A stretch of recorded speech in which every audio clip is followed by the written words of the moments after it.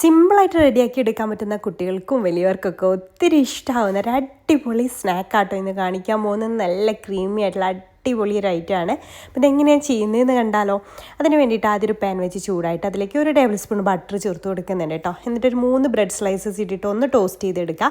2 സൈഡും ഒന്ന് ടോസ്റ്റ് ചെയ്തെടുക്കുക കേട്ടോ. ഒരു ഭാഗം ആദ്യം ഒന്ന് ടോസ്റ്റ് ആയിട്ടൊന്ന് മറിച്ചിട്ട് കൊടുക്കുക. 2 സൈഡും ടോസ്റ്റ് ആക്കിയിട്ട് നമുക്കതൊന്ന് വേറെ പാത്രത്തിലേക്ക് മാറ്റാം കേട്ടോ. സ്കൂൾ വിട്ടിരുന്ന കുട്ടികൾക്കൊക്കെ എളുപ്പത്തിൽ ഉണ്ടാക്കി കൊടുക്കാൻ പറ്റുന്ന പലഹാരമായിരിക്കുമല്ലോ എല്ലാവരും തിരയുന്നത്. അപ്പോൾ അങ്ങനത്തെവർക്ക് പറ്റില്ല, ഒരു അടിപൊളി ആയിട്ടാണ്. അപ്പോൾ അത് ടോസ്റ്റ് ചെയ്ത് മാറ്റിയിട്ടുണ്ട്.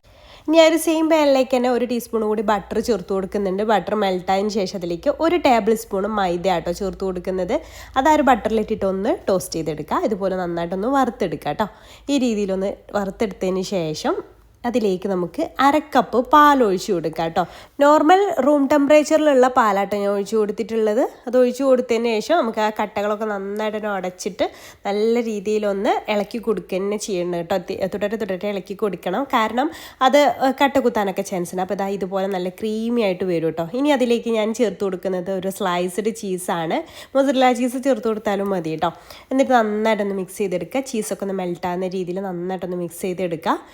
ഇനി നമുക്കതിലേക്ക് കുറച്ച് സംഭവങ്ങളൊക്കെ ചേർത്ത് കൊടുക്കണം. ആദ്യം ഉപ്പ് ചേർത്ത് കൊടുക്കുക. ഒരുപാടൊന്നും ഉപ്പ് ചേർക്കണ്ട, ചീസിലതിന് ഓൾറെഡി ചെറുതായിട്ട് ഉപ്പ് ഉണ്ടാവും. അപ്പോൾ അതിനനുസരിച്ച് ചേർത്ത് കൊടുക്കുക. പിന്നെ കുറച്ച് വേവിച്ചെടുത്തിട്ടുള്ള കോണാണ് കേട്ടോ. അത് കുറച്ച് നമുക്ക് ഇഷ്ടത്തിനനുസരിച്ച് ചേർത്ത് കൊടുക്കാം. ഞാനൊരു 1/2 കപ്പിൻ്റെ അടുത്ത് ചേർത്ത് കൊടുത്തിട്ടുണ്ട്. പിന്നെ ഒരു 1/4 ടീസ്പൂണ് കുരുമുളക് പൊടിയാട്ടോ ചേർത്ത് കൊടുക്കുന്നത്. പിന്നെ ഒറിഗാനോ ചേർത്ത് കൊടുക്കാം. ഒറിഗാനോൻ്റെ ഒക്കെ ടേസ്റ്റ് ഇഷ്ടമുള്ളവർക്ക് എന്തായാലും ചേർത്ത് കൊടുക്കട്ടെ. ഒരു പിസ്സയുടെ ഒക്കെ ടേസ്റ്റിൻ്റെ ഒരു ഫ്ലേവർ വരുമല്ലോ. പിന്നെ കുറച്ച് ഒരു 1/4 ടീസ്പൂണിൻ്റെ അടുത്ത് നമുക്ക് ചില്ലി ഫ്ലേക്സ് കൂടെ ചേർത്ത് കൊടുക്കാം കേട്ടോ. ഒക്കെ നമ്മുടെ എരിവിനനുസരിച്ച് ചേർത്താൽ മതി. അപ്പോൾ നമ്മുടെ ക്രീമി ആയിട്ടുള്ള സംഭവം റെഡിയായി. ഇനി ഇത് ബ്രെഡിൻ്റെ മുകളിൽ അങ്ങ് അപ്ലൈ ചെയ്തിട്ട് നമുക്കതിൻ്റെ മുകളിൽ വീണ്ടും കുറച്ച് ഒറിഗാനോ ചില്ലി ഫ്ലേക്സ് ഒക്കെ ഒന്ന് സ്പ്രെഡ് ചെയ്തിട്ട് കഴിച്ചാൽ അടിപൊളിയാണ് കേട്ടോ. ചൂടോടുകൂടെ തന്നെ കഴിക്കണേ. ചൂടാറിയാൽ വലിയ ടേസ്റ്റൊന്നും ഉണ്ടാവില്ല.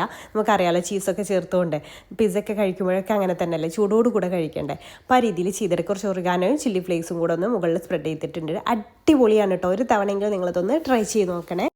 ഇഷ്ടമായാൽ മറ്റുള്ളവരിലേക്ക് ഷെയർ ചെയ്ത് കൊടുക്കാൻ താല്പര്യമുണ്ടെങ്കിൽ ഷെയർ ചെയ്ത് കൊടുക്കാനും മറക്കരുത് കേട്ടോ. നമ്മുടെ പേജ് ഇതുവരെ ഫോളോ ചെയ്യാതെയാണ് നമ്മുടെ വീഡിയോസ് നിങ്ങൾ കാണുമെങ്കിൽ ഫോളോ ചെയ്യാനും മറക്കല്ലേ.